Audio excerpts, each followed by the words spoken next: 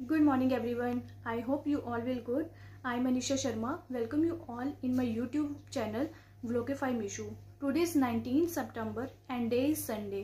आज थोड़ा फ्री थी तो सोचा कुछ बुक्स रीड कर लूँ. I have a good collection of religious books, some story books and motivational books.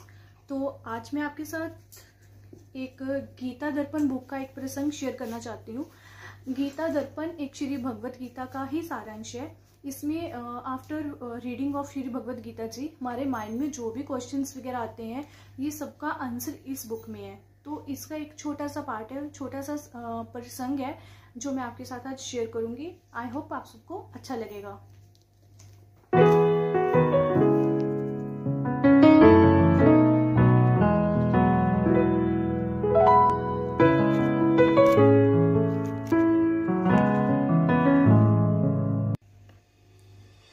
Gita दर्पण में एक बहुत ही अच्छा प्रसंग है जो बहुत बार हमारे मन में भी आता है. वो है भक्त लोग भगवान को भोग लगाते हैं तो भगवान उसे ग्रहण करते हैं, इसका क्या पता.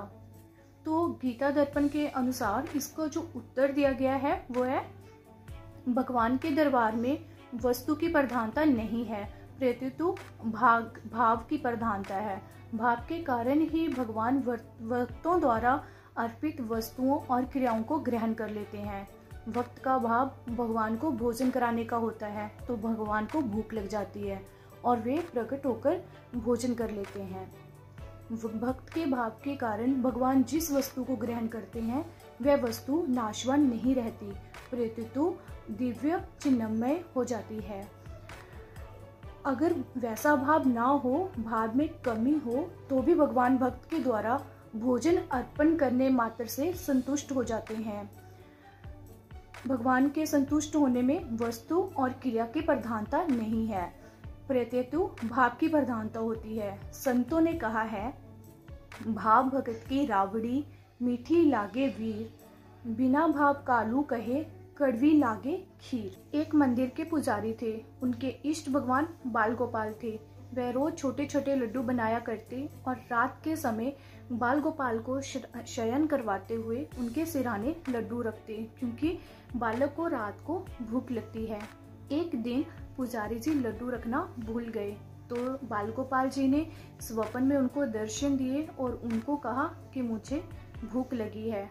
पहले तो उनके मन में कुछ वहम था कि पता नहीं भगवान को भोग लगता है या नहीं, भगवान ग्रहण कर रहे हैं या नहीं, लेकिन स्वप्न के बाद उनका ये वहम मिट गया. तात्पर्य ये है कि भगवान को भाव से भोग लगाते हैं तो उनको भूख लग जाती है और वह उसको ग्रहण करते हैं. ये तो सबका ही अनुभव है कि कोई भाव से प्रेम से भोजन कराता है तो उस भोजन में विचित्र स्वाद होता है और उस भोजन से वितरित भी बहुत अच्छी रहती है. केवल मनुष्य पर ही नहीं, पशुओं पर भी भाव का असर पड़ता है. जिस बछड़े की मां मर जाती है उसको लोग दूसरी गाय का दूध पिलाते हैं. इससे वह बछड़ा जी तो जाता है पर पुष्ट नहीं हो पाता. वही बछड़ा अगर अपनी माँ का दूध पीता तो माँ उसको प्यार से चाटती, दूध पिलाती, जिससे वह थोड़े ही दूध से पुष्ट हो जाता. जब मनुष्य और पशुओं पर भी भाव का असर पड़ता है तो फिर अंतर्यामी भगवान पर भाव का असर पड़ जाए, इसका तो कहना ही क्या है. जैसे घुटनों के बल चलने वाला छोटा बालक कोई वस्तु उठाकर अपने पिताजी को देता है तो उसके पिताजी प्रसन्न हो जाते हैं और हाथ ऊंचा करके कहते हैं, बेटा तू इतना बड़ा हो जा, मुझसे भी बड़ा. क्या ये वस्तु अलभ्य थी? क्या वो बालक के देने से पिताजी को विशेष चीज मिल गई? नहीं, केवल बालक के देने के भाव से पिताजी राजी हो गए.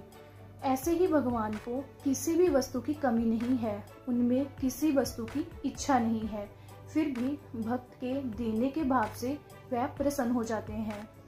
परंतु जो केवल लोगों को दिखाने के लिए, लोगों को ठगने के लिए मंदिरों को सजाते हैं, ठाकुर जी का श्रृंगार करते हैं, उनको बढ़िया बढ़िया पदार्थ का भोग लगाते हैं, तो उसको भगवान ग्रहण नहीं करते, क्योंकि वह भगवान का पूजन नहीं है, प्रत्युत रुपयों का व्यक्तिगत स्वार्थ का ही पूजन है.